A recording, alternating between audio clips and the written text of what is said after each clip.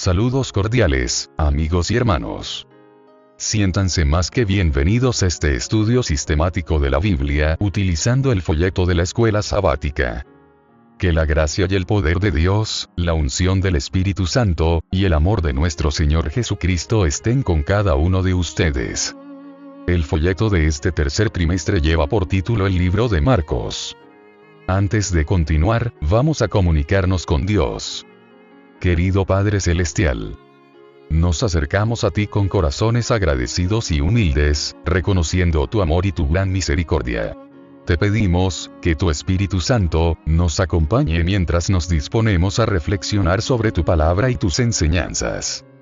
Abre nuestras mentes y corazones para que podamos entender profundamente los mensajes que has preparado para nosotros hoy. Ayúdanos a aplicar tus principios en nuestra vida diaria, para vivir conforme a tu voluntad y ser testigos fieles de tu amor y gracia.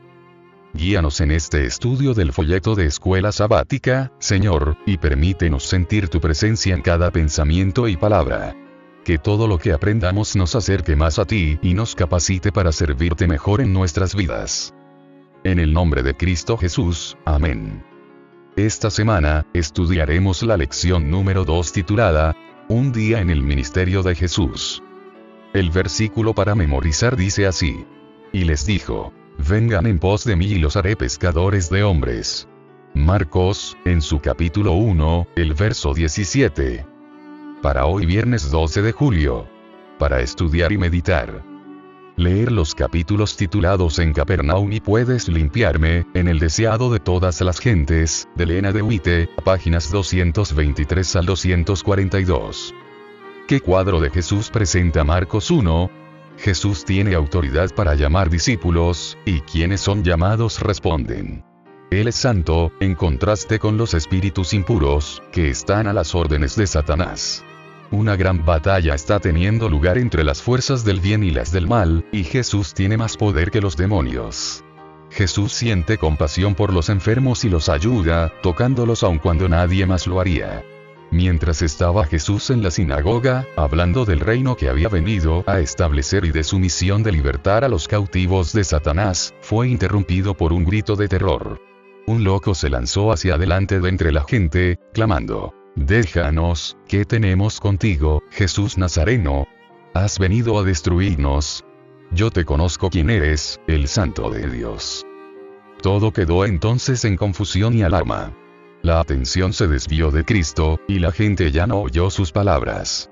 Tal era el propósito de Satanás al conducir a su víctima a la sinagoga. Pero Jesús reprendió al demonio diciendo, enmudece, y sal de él. Entonces el demonio, derribándole en medio, salió de él, y no le hizo daño alguno. Aquel que había vencido a Satanás en el desierto de la tentación, se volvía a encontrar frente a frente con su enemigo. El demonio ejercía todo su poder para retener el control de su víctima. Perder terreno sería dar una victoria a Jesús. Parecía que el torturado iba a perder su vida en la lucha contra el enemigo que había arruinado su virilidad. Pero el Salvador habló con autoridad, y libertó al cautivo. Mientras tanto, nuestro Salvador desarrollaba un ministerio muy activo. Iba de un lugar a otro y estaba en contacto casi constante con muchas personas. ¿Cómo pudo mantener un enfoque sereno y estable durante su ministerio en favor de las personas? Indudablemente, eso fue posible en virtud de su experiencia diaria con la oración. Piensa en lo que podría ser una agenda manejable de cantidad de tiempo dedicado a la oración y al estudio de las Escrituras. Encuentra un esquema que te dé resultado y dedica tiempo a desarrollar un espíritu apacible, guiado por el Espíritu y la Palabra de Dios. Preguntas para dialogar. Dialoguen en la clase sobre la cuestión de la oración y por qué es tan importante en la vida cristiana. ¿Cuáles son algunas de las preguntas que las personas se hacen acerca del propósito y la eficacia de la oración? Hablen acerca de casos en los que lo mejor sería no decir demasiado acerca de nuestra fe. ¿Cuándo podría eso ser prudente y, sin embargo, cómo podemos hacer eso sin comprometer nuestro testimonio? ¿Quiénes son los leprosos en tu cultura actualmente? ¿Cómo puede tu iglesia alcanzar y tocar a esas personas a fin de acercarles el Evangelio? Vamos a realizar la lectura del capítulo en Capernaum y puedes limpiarme del libro El deseado de todas las gentes, de Elena de White, las páginas 223 al 242. Capítulo. En Capernaum. Durante los intervalos que transcurrían entre sus viajes de un lugar a otro, Jesús moraba en Capernaum, y esta localidad llegó a ser conocida como su ciudad. Estaba a orillas del mar de Galilea, y cerca de los confines de la hermosa llanura de Genesaret, sino en realidad sobre ella. La profunda depresión del lago da a la llanura que rodea a sus orillas el agradable clima del sur. Allí prosperaban en los días de Cristo la palmera y el olivo. Había huertos y viñedos, campos verdes y abundancia de flores para matizarlos alegremente, todo regado por arroyos cristalinos que brotaban de las peñas. Las orillas del lago y los collados, que lo rodeaban a corta distancia, estaban tachonados de aldeas y pueblos. El lago estaba cubierto de barcos pesqueros. Por todas partes, se notaba la agitación de una vida activa. Capernaum misma se prestaba muy bien para ser el centro de la obra del Salvador. Como se encontraba sobre el camino de Damasco a Jerusalén y Egipto y al mar Mediterráneo, era un punto de mucho tránsito. Gente de muchos países pasaba por la ciudad, o quedaba allí a descansar en sus viajes de un punto a otro. Allí Jesús podía encontrarse con representantes de todas las naciones y de todas las clases sociales, tanto ricos y encumbrados, como pobres y humildes, y sus lecciones serían llevadas a otras naciones y a muchas familias. Así se fomentaría la investigación de las profecías, la atención sería atraída al Salvador, y su misión sería presentada al mundo. A pesar de la acción del Sanedrín contra Jesús, la gente esperaba ávidamente el desarrollo de su misión. Todo el cielo estaba conmovido de interés. Los ángeles estaban preparando el terreno para su ministerio, obrando en los corazones humanos y atrayéndolos al Salvador. En Capernaum, el hijo del noble a quien Cristo había sanado era un testigo de su poder. Y el oficial de la corte y su familia testificaba gozosamente de su fe. Cuando se supo que el maestro mismo estaba allí, toda la ciudad se conmovió. Multitudes acudieron a su presencia. El sábado, la gente llenó la sinagoga a tal punto que muchos no pudieron entrar. Todos los que oían al Salvador se maravillaban de su doctrina, porque su palabra era con potestad. Porque les enseñaba como quien tiene autoridad, y no como los escribas. La enseñanza de los escribas y ancianos era fría y formalista, como una lección aprendida de memoria. Para ellos, la palabra de Dios no tenía poder vital. Habían sustituido sus enseñanzas por sus propias ideas y tradiciones. En la rutina de las ceremonias profesaban explicar la ley, pero ninguna inspiración de Dios conmovía su corazón ni el de sus oyentes. Jesús no tenía nada que ver con los diversos temas de disensión entre los judíos. Su obra era presentar la verdad. Sus palabras derramaban raudales de luz sobre las enseñanzas de los patriarcas y profetas, y presentaban las escrituras a los hombres como una nueva revelación. Nunca habían percibido sus oyentes tan profundo significado en la palabra de Dios. Jesús se encontraba con la gente en su propio terreno, como quien está familiarizado con sus perplejidades. Hacía hermosa la verdad presentándola de la manera más directa y sencilla. Su lenguaje era puro, refinado y claro como un arroyo cristalino. Su hablar era como música para los que habían escuchado las voces monótonas de los rabinos. Pero, aunque su enseñanza era sencilla, hablaba como persona investida de autoridad. Esta característica ponía su enseñanza en contraste con la de todos los demás. Los rabinos hablaban con duda y vacilación, como si se pudiese entender que las escrituras tenían un significado u otro exactamente opuesto. Los oyentes estaban diariamente envueltos en mayor incertidumbre. Pero al enseñar, Jesús presentaba las escrituras como autoridad indudable. Cualquiera que fuese su tema, lo exponía con poder, con palabras incontrovertibles. Sin embargo, era ferviente más bien que vehemente. Hablaba como quien tenía un propósito definido que cumplir. Presentaba a la vista las realidades del mundo eterno. En todo tema, revelaba a Dios. Jesús procuraba romper el ensalmo de la infatuación que mantiene a los hombres absortos en las terrenales. Ponía las cosas de esta vida en su verdadera relación, como subordinadas a las de interés eterno, pero no ignoraba su importancia. Enseñaba que el cielo y la tierra están vinculados, y que un conocimiento de la verdad divina prepara a los hombres para cumplir mejor los deberes de la vida diaria. Hablaba como quien está familiarizado con el cielo, consciente de su relación con Dios, aunque reconociendo su unidad con cada miembro de la familia humana. Variaba sus mensajes de misericordia para adaptarlos a su auditorio. Sabía hablar en sazón palabra alcanzado porque la gracia se derramaba de sus labios, a fin de inculcar a los hombres los tesoros de la verdad de la manera más atrayente. Tenía tacto para tratar con los espíritus llenos de prejuicios, y los sorprendía con ilustraciones que conquistaban su atención. Mediante la imaginación, llegaba al corazón. Sacaba sus ilustraciones de las cosas de la vida diaria, y aunque eran sencillas, tenían una admirable profundidad de significado. Las aves del aire, los lirios del campo, la semilla, el pastor y las ovejas, eran objetos con los cuales Cristo ilustraba la verdad inmortal. Y desde entonces, siempre que sus oyentes veían estas cosas de la naturaleza, recordaban sus palabras. Las ilustraciones de Cristo repetían constantemente sus lecciones. Cristo nunca adulaba a los hombres. Nunca dijo algo que pudiese exaltar su fantasía e imaginación, ni los alababa por sus hábiles invenciones. Pero los pensadores profundos y sin prejuicios recibían su enseñanza, y hallaban que probaba su sabiduría. Se maravillaban por la verdad espiritual expresada en el lenguaje más sencillo. Los más educados quedaban encantados con sus palabras, y los indoctos obtenían siempre provecho. Tenía un mensaje para los analfabetos, y hacía comprender aún a los paganos que tenía un mensaje para ellos. Su tierna compasión caía con un toque sanador sobre los corazones cansados y atribulados. Aún en medio de la turbulencia de enemigos airados, estaba rodeado por una atmósfera de paz.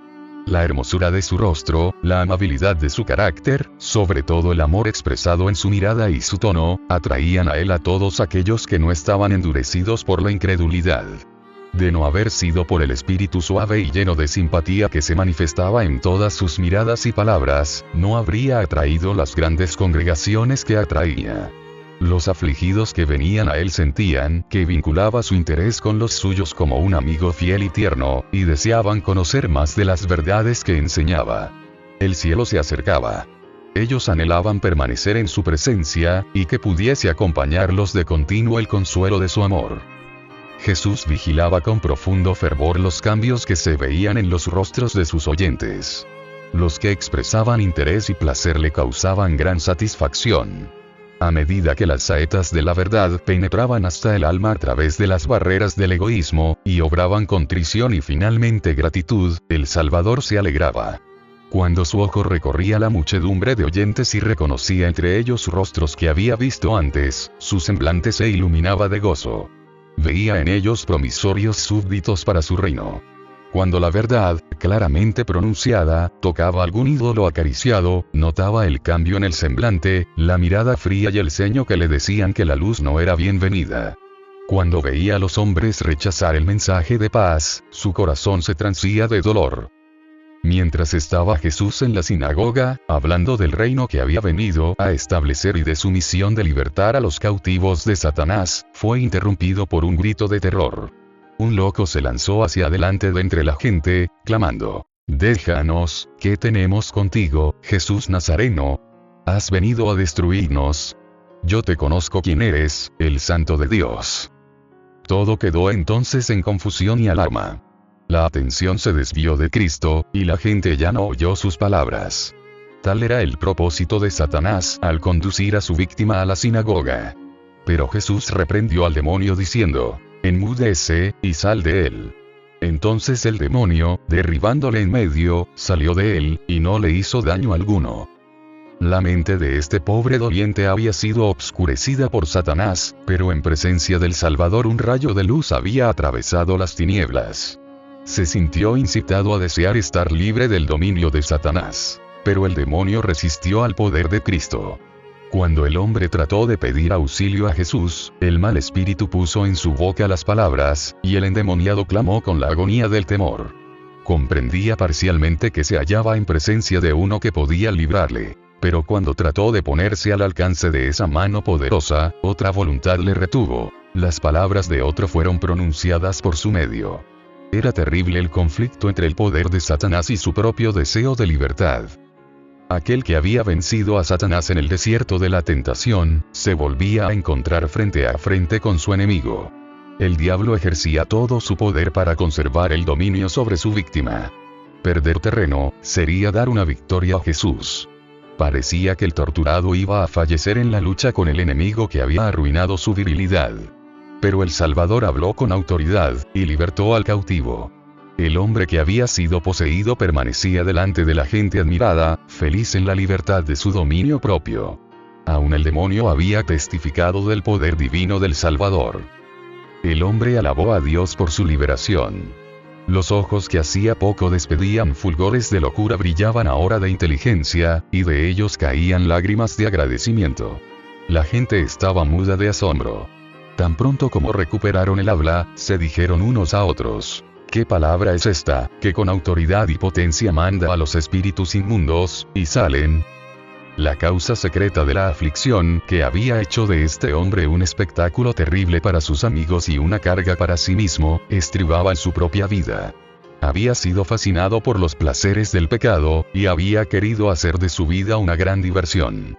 No pensaba llegar a ser un terror para el mundo y un oprobio para su familia. Había creído que podía dedicar su tiempo a locuras inocentes. Pero una vez encaminado hacia abajo, sus pies descendieron rápidamente. La intemperancia y la frivolidad pervirtieron los nobles atributos de su naturaleza, y Satanás llegó a dominarlo en absoluto. El remordimiento vino demasiado tarde.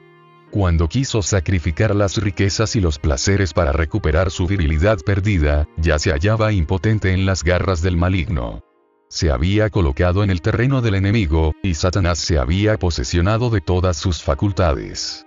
El tentador le había engañado con sus muchas seducciones encantadoras. Pero una vez que el pobre hombre estuvo en su poder, el enemigo se hizo inexorable en su crueldad, y terrible en sus airadas visitas. Así sucederá con todos los que se entreguen al mal. El placer fascinante de los comienzos termina en las tinieblas de la desesperación, o la locura de un alma arruinada. El mismo mal espíritu que tentó a Cristo en el desierto y que poseía al endemoniado de Capernaum dominaba a los judíos incrédulos. Pero con ellos asumía un aire de piedad, tratando de engañarlos en cuanto a sus motivos para rechazar al Salvador. Su condición era más desesperada que la del endemoniado, porque no sentían necesidad de Cristo, y por lo tanto estaban sometidos al poder de Satanás. El periodo del ministerio personal de Cristo entre los hombres fue el tiempo de mayor actividad para las fuerzas del reino de las tinieblas. Durante siglos, Satanás y sus malos ángeles habían procurado dominar los cuerpos y las almas de los hombres, imponiéndoles el pecado y el sufrimiento, y acusando luego a Dios de causar toda esa miseria. Jesús estaba revelando a los hombres el carácter de Dios. Estaba quebrantando el poder de Satanás y libertando sus cautivos. Una nueva vida y el amor y poder del cielo estaban obrando en los corazones de los hombres, y el príncipe del mal se había levantado para contender por la supremacía de su reino. Satanás había reunido todas sus fuerzas y a cada paso se oponía a la obra de Cristo. Así sucederá en el gran conflicto final de la lucha entre la justicia y el pecado. Mientras bajan de lo alto nueva vida, luz y poder sobre los discípulos de Cristo, una nueva vida surge de abajo y da energía a los agentes de Satanás. Cierta intensidad se está apoderando de todos los elementos terrenos.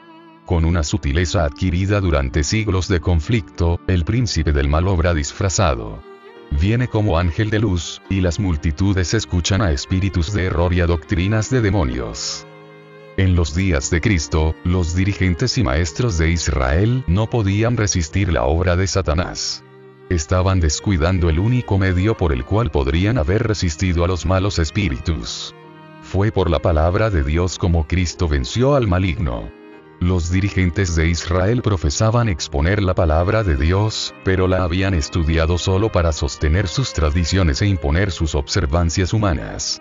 Por su interpretación, le hacían expresar sentidos que Dios no le había dado. Sus explicaciones místicas hacían confuso lo que él había hecho claro. Discutían insignificantes detalles técnicos, y negaban prácticamente las verdades más esenciales. Así se propalaba la incredulidad. La palabra de Dios era despojada de su poder, y los malos espíritus realizaban su voluntad. La historia se repite.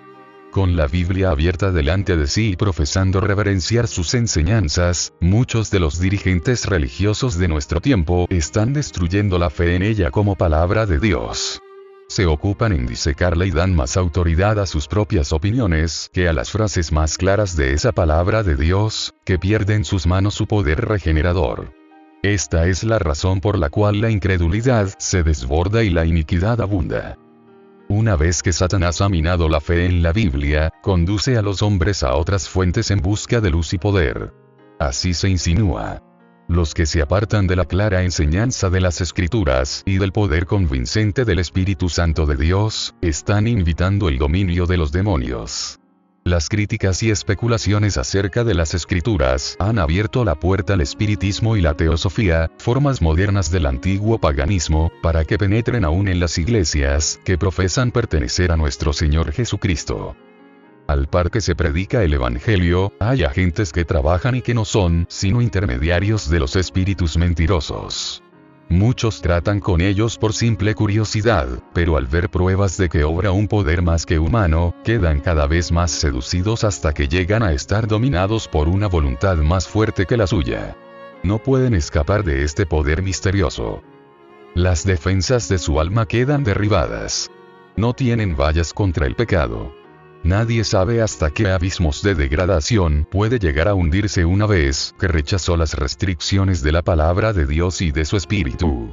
Un pecado secreto o una pasión dominante puede mantener a un cautivo tan impotente como el endemoniado de Capernaum. Sin embargo, su condición no es desesperada. El medio por el cual se puede vencer al maligno es aquel por el cual Cristo venció: el poder de la palabra. Dios no domina nuestra mente sin nuestro consentimiento. Pero si deseamos conocer y hacer su voluntad, se nos dirige su promesa: conoceréis la verdad, y la verdad os hará libres. Si alguno quisiere hacer su voluntad, conocerá de mi enseñanza. Apoyándose en estas promesas, cada uno puede quedar libre de las trampas del error y del dominio del pecado. Cada hombre está libre para elegir el poder que quiera ver dominar sobre él. Nadie ha caído tan bajo, nadie es tan vil que no pueda hallar liberación en Cristo. El endemoniado, en lugar de oraciones, no podía sino pronunciar las palabras de Satanás. Sin embargo, la muda súplica de su corazón fue oída. Ningún clamor de un alma en necesidad, aunque no llegue a expresarse en palabras, quedará sin ser oído. Los que consienten en hacer pacto con el Dios del cielo, no serán abandonados al poder de Satanás o a las flaquezas de su propia naturaleza. Son invitados por el Salvador: echen mano de mi fortaleza, y hagan paz conmigo. Sí, que hagan paz conmigo. Los espíritus de las tinieblas contenderán por el alma que una vez estuvo bajo su dominio. Pero los ángeles de Dios lucharán por esa alma con una potencia que prevalecerá. El Señor dice: ¿será quitada la presa al valiente? ¿O libertaráse la cautividad legítima? Así empero dice Jehová: cierto, la cautividad será quitada al valiente, y la presa del robusto será librada. Y tu pleito yo lo pleitearé, y yo salvaré a tus hijos. Mientras que la congregación que se hallaba en la sinagoga permanecía muda de asombro, Jesús se retiró a la casa de Pedro para descansar un poco. Pero allí también había caído una sombra. La suegra de Pedro estaba enferma de una grande fiebre.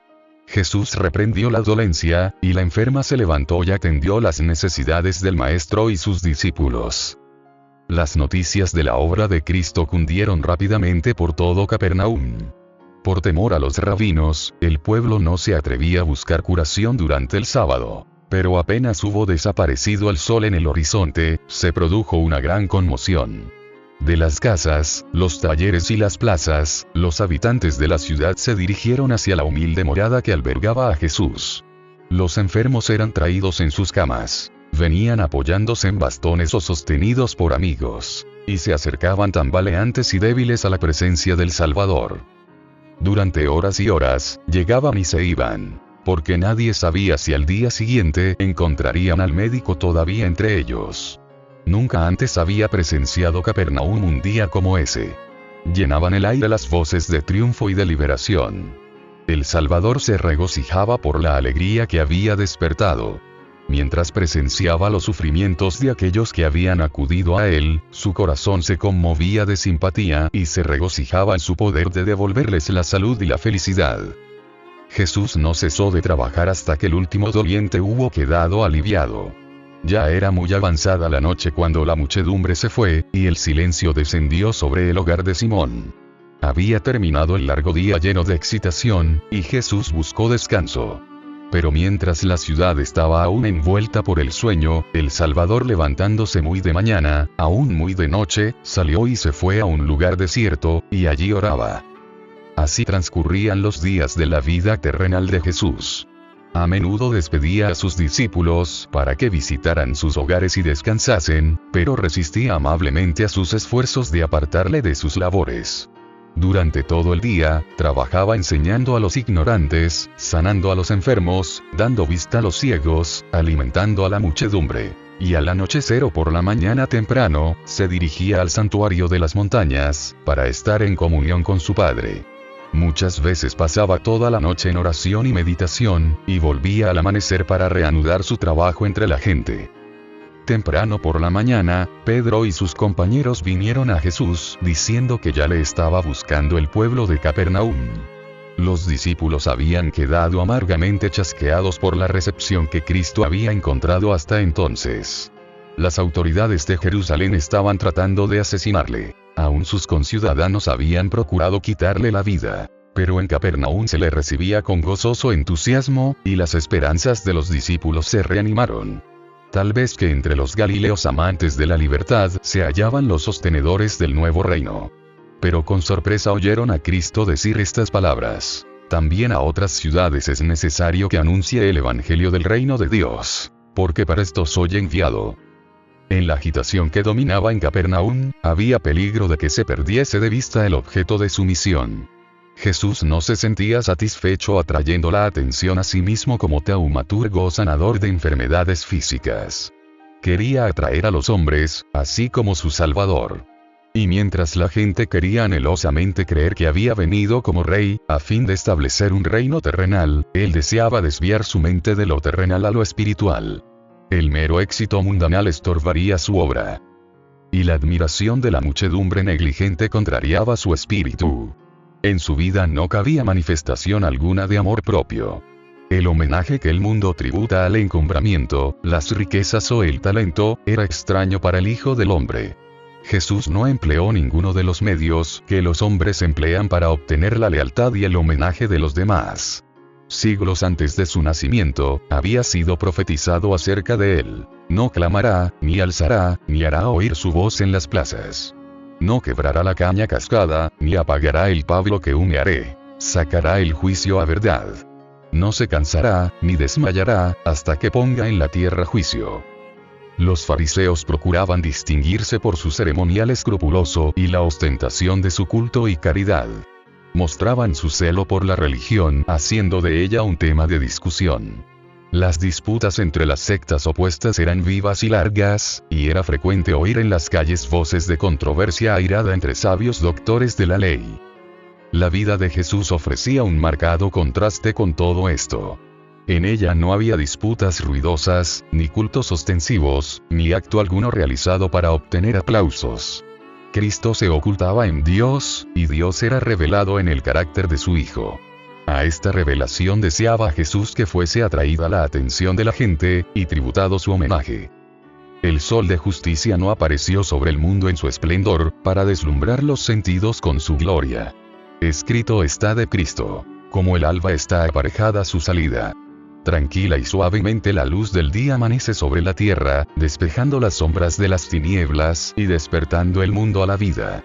Así salió el sol de justicia trayendo salud eterna en sus alas. Capítulo: ¿Puedes limpiarme? La lepra era la más temida de todas las enfermedades conocidas en el Oriente. Su carácter incurable y contagioso y sus efectos horribles sobre sus víctimas llenaban a los más valientes de temor. Entre los judíos, era considerada como castigo por el pecado, y por lo tanto se la llamaba el azote, el dedo de Dios. Profundamente arraigada, imposible de borrar, mortífera, era considerada como un símbolo del pecado. La ley ritual declaraba inmundo al leproso. Como si estuviese ya muerto, era despedido de las habitaciones de los hombres. Cualquier cosa que tocase quedaba inmunda y su aliento contaminaba el aire. El sospechoso de tener la enfermedad debía presentarse a los sacerdotes, quienes habían de examinarle y decidir su caso. Si le declaraban leproso, era aislado de su familia, separado de la congregación de Israel, y condenado a asociarse únicamente con aquellos que tenían una aflicción similar. La ley era inflexible en sus requerimientos. Ni aun los reyes y gobernantes estaban exentos. Un monarca atacado por esa terrible enfermedad debía entregar el cetro y huir de la sociedad. Lejos de sus amigos y parentela, el leproso debía llevar la maldición de su enfermedad. Estaba obligado a publicar su propia calamidad, a rasgar sus vestiduras, y hacer resonar la alarma para advertir a todos que huyesen de su presencia contaminadora. El clamor inmundo. Inmundo. Que en tono triste exhalaba el desterrado solitario, era una señal que se oía con temor y aborrecimiento. En la región donde se desarrollaba el ministerio de Cristo, había muchos enfermos tales a quienes les llegaron nuevas de la obra que él hacía, y vislumbraron un rayo de esperanza. Pero desde los días del profeta Eliseo, no se había oído nunca que sanara a una persona en quien se declarara esa enfermedad. No se atrevían a esperar que Jesús hiciese por ellos lo que por nadie había hecho. Sin embargo, hubo uno en cuyo corazón empezó a nacer la fe. Pero no sabía cómo llegar a Jesús. Privado como se hallaba de todo trato con sus semejantes, ¿cómo podría presentarse al sanador? Y, además, se preguntaba si Cristo le sanaría a él. ¿Se rebajaría hasta fijarse en un ser de quien se creía que estaba sufriendo un castigo de Dios? ¿No haría como los fariseos y aun los médicos, es decir, pronunciar una maldición sobre él, y amonestarle a huir de las habitaciones de los hombres? Reflexionó en todo lo que se le había dicho de Jesús. Ninguno de los que habían pedido su ayuda había sido rechazado. El pobre hombre resolvió encontrar al Salvador. Aunque no podía penetrar en las ciudades, tal vez llegase a cruzar su senda en algún atajo de los caminos de la montaña, o le hallase mientras enseñaba en las afueras de algún pueblo. Las dificultades eran grandes, pero esta era su única esperanza. El leproso fue guiado al Salvador. Jesús estaba enseñando a orillas del lago, y la gente se había congregado en derredor de él. De pie a lo lejos, el leproso alcanzó a oír algunas palabras de los labios del Salvador. Le vio poner sus manos sobre los enfermos. Vio a los cojos, los ciegos, los paralíticos y los que estaban muriendo de diversas enfermedades, levantarse sanos, alabando a Dios por su liberación. La fe se fortaleció en su corazón. Se acercó más y más a la muchedumbre. Las restricciones que le eran impuestas, la seguridad de la gente, y el temor con que todos le miraban, todo fue olvidado. Pensaba tan solo en la bendita esperanza de la curación. Presentaba un espectáculo repugnante. La enfermedad había hecho terribles estragos. Su cuerpo decadente ofrecía un aspecto horrible. Al verle, la gente retrocedía con terror. Se agolpaban unos sobre otros, en su ansiedad de escapar de todo contacto con él. Algunos trataban de evitar que se acercara a Jesús, pero en vano. Él ni los veía ni los oía. No percibía tampoco sus expresiones de horror. Veía tan solo al Hijo de Dios. Oía únicamente la voz que infundía vida a los moribundos. Acercándose con esfuerzo a Jesús, se echó a sus pies clamando: «Señor, si quieres, puedes limpiarme». Jesús replicó: «Quiero». Se limpió, y puso la mano sobre él. E inmediatamente se realizó una transformación en el leproso. Su carne se volvió sana, los nervios recuperaron la sensibilidad, los músculos, la firmeza. La superficie tosca y escamosa, propia de la lepra, desapareció, y la reemplazó un suave color rosado como el que se nota en la piel de un niño sano. Jesús encargó al hombre que no diese a conocer la obra en él realizada, sino que se presentase inmediatamente con una ofrenda al templo. Semejante ofrenda no podía ser aceptada hasta que los sacerdotes le hubiesen examinado y declarado completamente sano de la enfermedad. Por poca voluntad que tuviesen para cumplir este servicio, no podían eludir el examen y la decisión del caso. Las palabras de la Escritura demuestran con qué urgencia Cristo recomendó a este hombre la necesidad de callar y obrar prontamente. Entonces le apercibió, y despidióle luego. Y le dice: mira, no digas a nadie nada, sino ve, muéstrate al sacerdote, y ofrece por tu limpieza lo que Moisés mandó, para testimonio a ellos. Si los sacerdotes hubiesen conocido los hechos relacionados con la curación del leproso, su odio hacia Cristo podría haberlos inducido a dar un fallo falto de honradez. Jesús deseaba que el hombre se presentase en el templo antes de que les llegase rumor alguno concerniente al milagro. Así se podría obtener una decisión imparcial, y el leproso sanado tendría permiso para volver a reunirse con su familia y sus amigos. Jesús tenía otros objetos en vista al recomendar silencio al hombre. Sabía que sus enemigos procuraban siempre limitar su obra, y apartar a la gente de él. Sabía que, si se divulgaba la curación del leproso, otros aquejados por esta terrible enfermedad se agolparían en derredor de él y se haría correr la voz de que su contacto iba a contaminar a la gente. Muchos de los leprosos no emplearían el don de la salud en forma que fuese una bendición para sí mismos y para otros. Y al atraer a los leprosos en derredor suyo, daría ocasión de que se le acusase de violar las restricciones de la ley ritual. Así quedaría estorbada su obra de predicar el Evangelio. El acontecimiento justificó la amonestación de Cristo. Una multitud había presenciado la curación del leproso, y anhelaba conocer la decisión de los sacerdotes. Cuando el hombre volvió a sus deudos, hubo mucha agitación. A pesar de la recomendación de Jesús, el hombre no hizo ningún esfuerzo para ocultar el hecho de su curación. Le habría sido imposible en verdad ocultarla, pero el leproso publicó la noticia en todas partes. Concibiendo que era solamente la modestia de Jesús la que le había impuesto esa restricción, anduvo proclamando el poder del gran médico. No comprendía que cada manifestación tal hacía a los sacerdotes y ancianos más resueltos a destruir a Jesús. El hombre sanado consideraba muy precioso el don de la salud. Se regocijaba en el vigor de su virilidad, y en que había sido devuelto a su familia y a la sociedad, y le parecía imposible dejar de dar gloria al médico que le había curado. Pero su divulgación del asunto estorbó la obra del Salvador. Hizo que la gente acudiese a él en tan densas muchedumbres, que por un tiempo se vio obligado a suspender sus labores. Cada acto del ministerio de Cristo tenía un propósito de largo alcance. Abarcaba más de lo que el acto mismo revelaba. Así fue en el caso del leproso. Mientras Jesús ministraba a todos los que venían a él, anhelaba bendecir a los que no venían. Mientras atraía a los publicanos, los paganos y los samaritanos, anhelaba alcanzar a los sacerdotes y maestros, que estaban trabados por el prejuicio y la tradición. No dejó sin probar medio alguno por el cual pudiesen ser alcanzados. Al enviar a los sacerdotes el leproso que había sanado, daba a los primeros un testimonio que estaba destinado a desarmar sus prejuicios. Los fariseos habían aseverado que la enseñanza de Cristo se oponía a la ley que Dios había dado por medio de Moisés. Pero la orden que dio al leproso limpiado, de presentar una ofrenda según la ley, probaba que esa acusación era falsa. Era suficiente testimonio para todos los que estuviesen dispuestos a ser convencidos. Los dirigentes de Jerusalén habían enviado espías en busca de algún pretexto para dar muerte a Cristo. Él respondió dándoles una muestra de su amor por la humanidad, su respeto por la ley y su poder de librar del pecado y de la muerte. Así testificó acerca de ellos: pusieron contra mí mal por bien, y odio por amor. El que desde el monte dio el precepto: amad a vuestros enemigos, ejemplificó él mismo este principio, no volviendo mal por mal, ni maldición por maldición, sino antes, por el contrario, bendiciendo.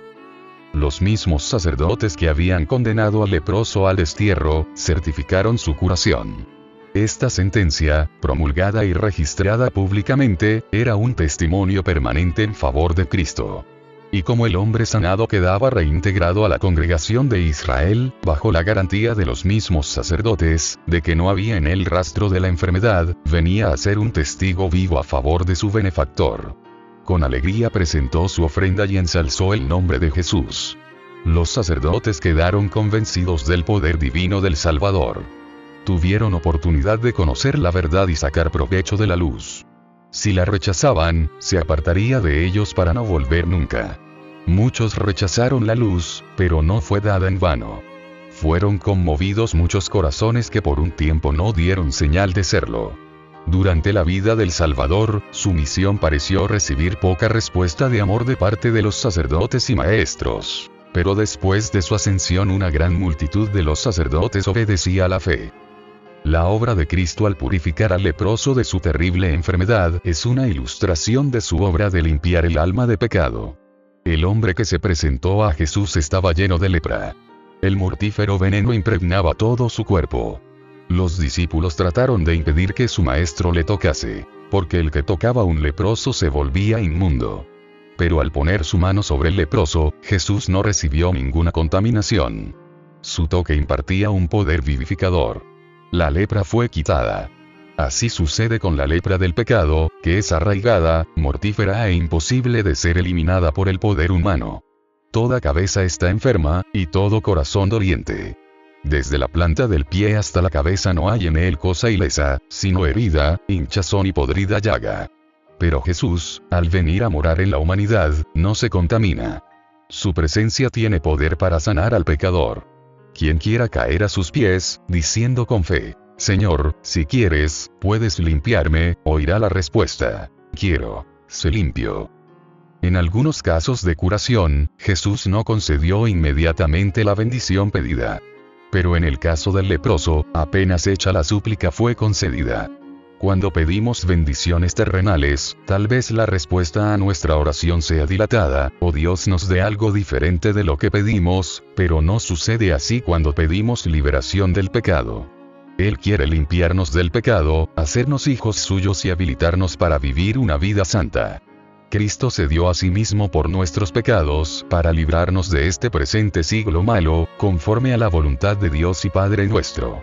Y esta es la confianza que tenemos en Él, que, si demandáremos alguna cosa conforme a su voluntad, Él nos oye.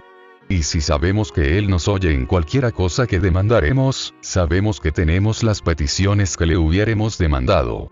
Si confesamos nuestros pecados, Él es fiel y justo para que nos perdone nuestros pecados, y nos limpie de toda maldad. En la curación del paralítico de Capernaum, Cristo volvió a enseñar la misma verdad. Hizo ese milagro para que se manifestase su poder de perdonar los pecados. Y la curación del paralítico ilustra también otras verdades preciosas. Es una lección llena de enseñanza y estímulo, y por estar relacionada con los cavilosos fariseos, contiene también una advertencia. Como el leproso, este paralítico había perdido toda esperanza de restablecerse. Su enfermedad era resultado de una vida de pecado, y sus sufrimientos eran amargados por el remordimiento. Mucho antes, había apelado a los fariseos y doctores con la esperanza de recibir alivio de sus sufrimientos mentales y físicos. Pero ellos lo habían declarado fríamente incurable y abandonado a la ira de Dios. Los fariseos consideraban la aflicción como una evidencia del desagrado divino, y se mantenían alejados de los enfermos y menesterosos. Sin embargo, cuán a menudo los mismos que se exaltaban como santos, eran más culpables que aquellos dolientes a quienes condenaban. El paralítico se hallaba completamente desamparado y, no viendo perspectiva de ayuda en ninguna parte, se había sumido en la desesperación. Entonces oyó hablar de las obras maravillosas de Jesús. Le contaron que otros tan pecaminosos e imposibilitados como él habían quedado sanos. Aún leprosos habían sido limpiados. Y los amigos que le referían estas cosas, le animaban a creer que él también podría ser curado, si lo pudieran llevar a Jesús. Pero su esperanza decaía cuando recordaba cómo había contraído su enfermedad. Temía que el médico puro no le tolerase en su presencia. Sin embargo, no era tanto la curación física como el alivio de su carga de pecado lo que deseaba. Si podía ver a Jesús, y recibir la seguridad del perdón y de la paz con el cielo, estaría contento de vivir o de morir, según fuese la voluntad de Dios. El clamor del moribundo era, oh, si pudiese llegar a su presencia. No había tiempo que perder. Sus carnes macilentas mostraban ya rastros de descomposición. Rogó a sus amigos que le llevasen en su camilla hasta Jesús, y con gusto ellos intentaron hacerlo. Pero tan densa era la muchedumbre que se había congregado alrededor y en el interior de la casa en que Jesús estaba, que era imposible para el enfermo y sus amigos llegar hasta él, o siquiera llegar al alcance de su voz. Jesús estaba enseñando en la casa de Pedro. Según su costumbre, los discípulos estaban sentados alrededor de él, y los fariseos y doctores de la ley estaban sentados, los cuales habían venido de todas las aldeas de Galilea, y de Judea y Jerusalén. Habían venido como espías, buscando un motivo para acusar a Jesús. Fuera del círculo de estos oficiales, se hallaba la turbamulta, compuesta de los ansiosos, los reverentes, los curiosos y los incrédulos. Estaban representadas diversas nacionalidades, y toda la escala social. Y la virtud del Señor estaba allí para sanarlos. El espíritu de vida se cernía sobre la asamblea, pero los fariseos y doctores no discernían su presencia. No sentían necesidad alguna, y la curación no era para ellos. A los hambrientos hinchió de bienes, y a los ricos envió vacíos. Repetidas veces, los que transportaban al paralítico trataron de abrirse paso a través de la muchedumbre, pero en vano. El enfermo miraba en derredor suyo, con angustia indecible. ¿Cómo podía abandonar su esperanza cuando la ayuda que había anhelado durante tanto tiempo estaba tan cerca? Por su indicación, sus amigos le llevaron al techo de la casa, y abriendo un boquete en dicho techo, le bajaron a los pies de Jesús. El discurso quedó interrumpido. El Salvador miró el rostro entristecido, y vio los ojos suplicantes que se clavaban en él. Comprendía el caso. Había atraído así este espíritu perplejo y combatido por la duda. Mientras el paralítico estaba todavía en su casa, el Salvador había convencido su conciencia. Cuando se arrepintió de sus pecados, y creyó en el poder de Jesús para sanarle, la misericordia vivificadora del Salvador había bendecido primero su corazón anhelante. Jesús había visto el primer destello de la fe convertirse en la creencia de que Él era el único auxiliador del pecador, y la había visto fortalecerse con cada esfuerzo hecho para llegar a su presencia. Ahora, con palabras que cayeron como música en los oídos del enfermo, el Salvador dijo: «Confía, hijo, tus pecados te son perdonados». La carga de desesperación se desvaneció del alma del enfermo. La paz del perdón penetró en su espíritu y resplandeció en su rostro. Su dolor físico desapareció y todo su ser quedó transformado. El paralítico impotente estaba sano, el culpable pecador, perdonado. Con fe sencilla aceptó las palabras de Jesús como la bendición de una nueva vida. No presentó otro pedido, sino que permaneció en bienaventurado silencio, demasiado feliz para hablar. La luz del cielo se reflejaba en su semblante, y los concurrentes miraban la escena con reverencia. Los rabinos habían esperado ansiosamente para ver en qué forma iba a disponer Cristo de ese caso. Recordaban cómo el hombre se había dirigido a ellos en busca de ayuda, y le habían negado toda esperanza o simpatía. No satisfechos con esto, habían declarado que sufría la maldición de Dios por causa de sus pecados. Esas cosas acudieron nuevamente a su mente cuando vieron al enfermo delante de sí. Notaron el interés con que todos miraban la escena y los abrumó el temor de perder su influencia sobre el pueblo. Estos dignatarios no cambiaron palabras entre sí, sino que mirándose los rostros unos a otros, leyeron el mismo pensamiento en cada uno, de que algo había que hacer para detener la marea de los sentimientos. Jesús había declarado que los pecados del paralítico eran perdonados. Los fariseos se aferraron a estas palabras como una blasfemia, y concibieron que podrían ser presentadas como un pecado digno de muerte. Dijeron en su corazón: «Blasfemias dice. ¿Quién puede perdonar pecados, sino solo Dios?». Fijando en ellos una mirada bajo la cual se atemorizaron y retrocedieron, Jesús dijo: «¿Por qué pensáis mal en vuestros corazones? Porque, ¿qué es más fácil, decir: los pecados te son perdonados? O decir: levántate, y anda? Pues para que sepáis que el Hijo del Hombre tiene potestad en la tierra de perdonar pecados, dice entonces al paralítico: levántate, toma tu cama, y vete a tu casa». Entonces el que había sido traído en una camilla a Jesús, se puso de pie con la elasticidad y fuerza de la juventud. La sangre vivificadora corrió raudamente por sus venas. Todo órgano de su cuerpo se puso en repentina actividad. El rosado color de la salud sucedió a la palidez de la muerte cercana. Entonces él se levantó luego, y tomando su lecho, se salió delante de todos, de manera que todos se asombraron, y glorificaron a Dios, diciendo: «Nunca tal hemos visto». Oh admirable amor de Cristo, que se inclina a sanar a culpable y a afligido. La divinidad se compadece de los males de la doliente humanidad y los calma. Oh maravilloso poder así manifestado en favor de los hijos de los hombres. ¿Quién puede dudar del mensaje de salvación? ¿Quién puede despreciar las misericordias de un Redentor compasivo? Para restaurar la salud a ese cuerpo que se corrompía, no se necesitaba menos que el poder creador. La misma voz que infundió vida al hombre creado del polvo de la tierra, había infundido vida al paralítico moribundo. Y el mismo poder que dio vida al cuerpo, había renovado el corazón. El que en la creación dijo, y fue hecho, mandó, y existió, había infundido por su palabra vida al alma muerta en delitos y pecados. La curación del cuerpo era una evidencia del poder que había renovado el corazón. Cristo ordenó al paralítico que se levantase y anduviese, para que sepáis, dijo, que el Hijo del Hombre tiene potestad en la tierra de perdonar pecados. El paralítico halló en Cristo curación, tanto para el alma como para el cuerpo.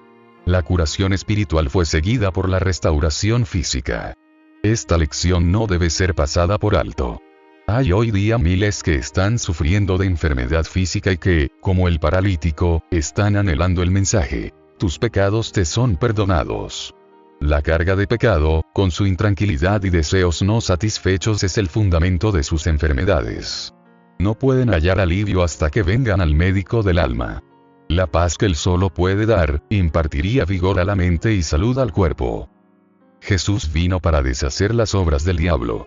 En él estaba la vida, y él dice: yo he venido para que tengan vida, y para que la tengan en abundancia. Él es un espíritu vivificante. Y tiene todavía el mismo poder vivificante que, mientras estaba en la tierra, sanaba a los enfermos y perdonaba al pecador. Él perdona todas tus iniquidades, Él sana todas tus dolencias. El efecto producido sobre el pueblo por la curación del paralítico fue como si el cielo, después de abrirse, hubiese revelado las glorias de un mundo mejor. Mientras que el hombre curado pasaba por entre la multitud, bendiciendo a Dios a cada paso, y llevando su carga como si hubiese sido una pluma, la gente retrocedía para darle paso, y con temerosa reverencia le miraban los circunstantes, murmurando entre sí: hemos visto maravillas hoy. Los fariseos estaban mudos de asombro y abrumados por su derrota. Veían que no había oportunidad de inflamar a la multitud con sus celos. El prodigio realizado en el hombre, a quien ellos habían entregado a la ira de Dios, había impresionado de tal manera a la gente, que por el momento los rabinos quedaron olvidados. Vieron que Cristo poseía un poder que ellos habían atribuido a Dios solo. Sin embargo, la amable dignidad de sus modales, estaba en marcado contraste con el porte altanero de ellos. Estaban desconcertados y avergonzados. Y reconocían, aunque no lo confesaban, la presencia de un ser superior. Cuanto más convincente era la prueba de que Jesús tenía en la tierra poder de perdonar los pecados, tanto más firmemente se atrincheraban en la incredulidad. Salieron de la casa de Pedro, donde habían visto al paralítico curado por la palabra de Jesús, para inventar nuevas maquinaciones con el fin de hacer callar al Hijo de Dios. La enfermedad física, por maligna que fuese y arraigada que estuviera, era curada por el poder de Cristo. Pero la enfermedad del alma se apoderaba más firmemente de aquellos que cerraban sus ojos para no ver la luz. La lepra y la parálisis no eran tan terribles como el fanatismo y la incredulidad. En la casa del paralítico sanado, hubo gran regocijo cuando él volvió a su familia, trayendo con facilidad la cama sobre la cual se le había llevado de su presencia poco tiempo antes. Le rodearon con lágrimas de alegría, casi sin atreverse a creer lo que veían sus ojos. Estaba delante de ellos, en el pleno vigor de la virilidad. Aquellos brazos que ellos habían visto sin vida, obedecían prestamente a su voluntad. La carne que se había encogido, adquiriendo un color plomizo, era ahora fresca y rosada. El hombre andaba con pasos firmes y libres. En cada rasgo de su rostro estaban escritos el gozo y la esperanza, y una expresión de pureza y paz había reemplazado los rastros del pecado y del sufrimiento. De aquel hogar subieron alegres palabras de agradecimiento, y Dios quedó glorificado por medio de su Hijo, que había devuelto la esperanza al desesperado, y fuerza al abatido. Este hombre y su familia estaban listos para poner sus vidas por Jesús. Ninguna duda enturbiaba su fe, ninguna incredulidad manchaba su lealtad hacia aquel que había impartido luz a su obscurecido hogar. Apreciados hermanos y hermanas, ha sido un privilegio para mí compartir con ustedes este estudio de la lección de escuela sabática. Espero que las enseñanzas de hoy fortalezcan nuestra fe y nos inspiren a vivir conforme a la voluntad de Dios. Que la gracia de nuestro Señor Jesucristo, el amor de Dios y la comunión del Espíritu Santo estén con todos nosotros ahora y siempre. Antes de terminar, vamos a comunicarnos con Dios a través de la oración. Amante Padre Celestial, te agradecemos por este tiempo de reflexión y por la sabiduría que has compartido con nosotros a través de tu palabra. Gracias por la guía y el entendimiento que hemos recibido hoy. Te pedimos que las enseñanzas y los mensajes que hemos explorado permanezcan en nuestros corazones y mentes, ayudándonos a vivir de acuerdo con tu voluntad. Fortalece nuestra fe y nuestra determinación para seguir tus caminos y ser testigos fieles de tu amor en el mundo. Danos la fuerza y el coraje para aplicar lo aprendido en nuestra vida diaria y para compartir tu verdad con aquellos que nos rodean. Que todo lo que hagamos refleje tu amor y tu gracia. Nos despedimos de ti, pero jamás de tu presencia, confiando en tu guía continua y en tu cuidado. En el nombre de Jesús, nuestro Salvador. Amén. Que Dios les bendiga.